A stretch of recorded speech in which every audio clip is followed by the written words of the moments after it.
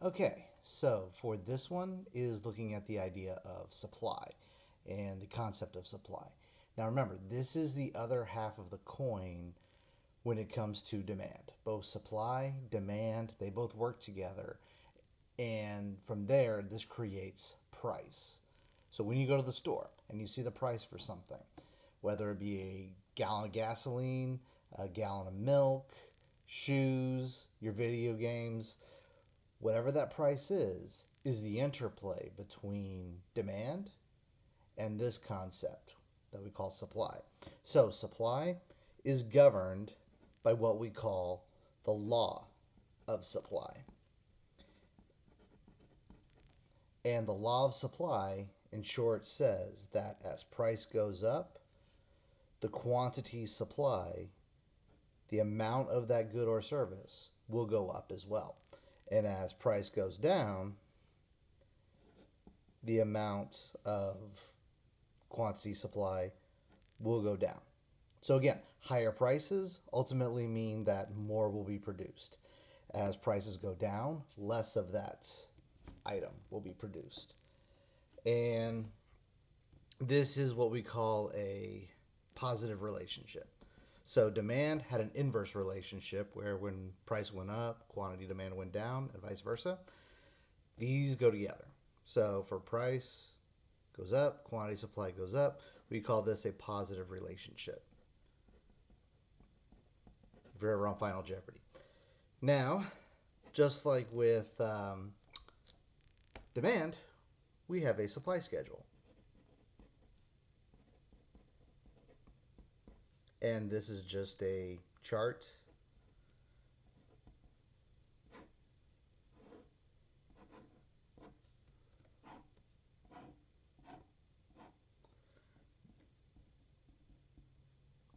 Just like last time, I'm going to keep it simple. That just shows that. So, price is 1, quantity supplied 1. Price is 2, quantity supplied is 2. Price is 3, quantity supplied is 3. And that's pretty much all there is to it. And then we take this and then we graph it. So 1, 2, 3, 4, 5. 1, 2, 3, 4, 5. And then have our points on our line.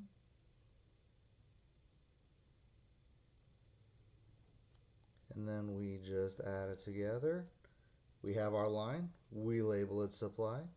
Pretty much the same basic idea as doing demand. Same basic principle, same way of setting it up. But this is what you got. So you got your supply line. You label your supply line S just because, again, when you do price and you put these together, you put supply and demand together, you then have everything properly labeled. And just like with demand, same basic idea.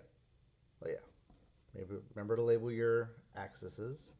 So remember, x-axis is always price. I'm sorry, your y-axis is always price. Your x-axis is always quantity. Same thing right here, price, quantity. Pen's trying to die on me. I have my supply. And then if I just show an increase in supply, for example, so just like with demand, all I do is I just change price. All I do is I just change my price. Then what I will do, pen's rolling around. So let's just say I show an increase in price.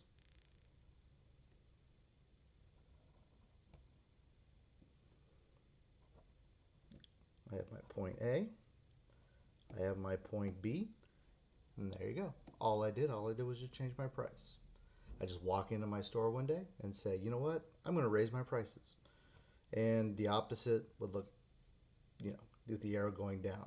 My A would be here, my B would be there. I'll just draw a little decrease in price.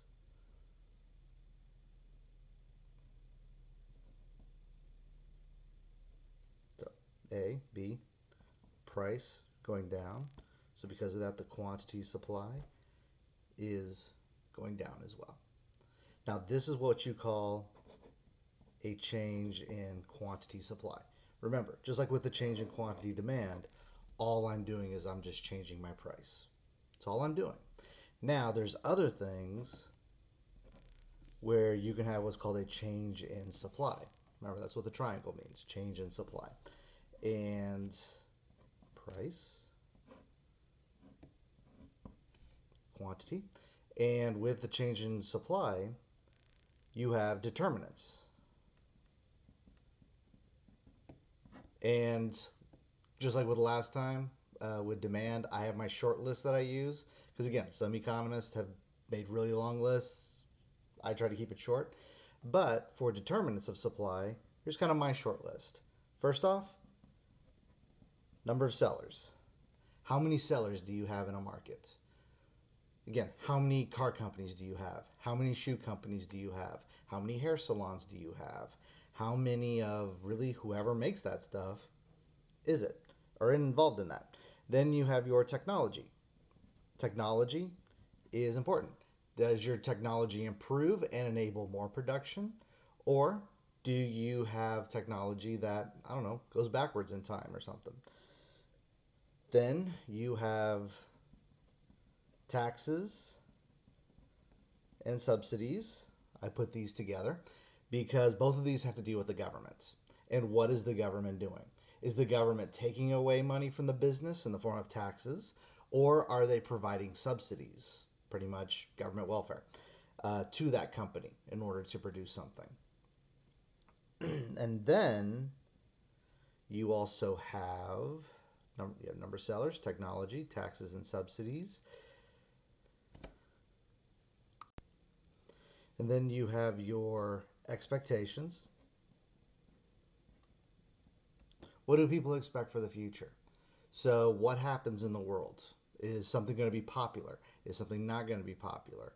Because again, if something's going to be popular, are you as a company going to produce more, or are you going to produce less of it?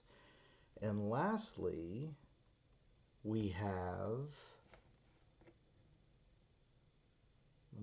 oh yeah, you have your cost of inputs. So how much do the resources that you require, what is their price? So like for example, your workers.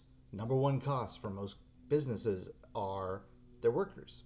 So if your workers become more expensive because they demand more pay, are you going to be able to produce as much? Because again, your money, your resources that go into producing your products are now more expensive. So what happens with a change in supply is much like with a change in demand. If any of these happen, so again, if you have more sellers in the market, will you have an increase or a decrease in the supply? Well, you'd have an increase. You have more people jumping in, more people making that product, and there you go.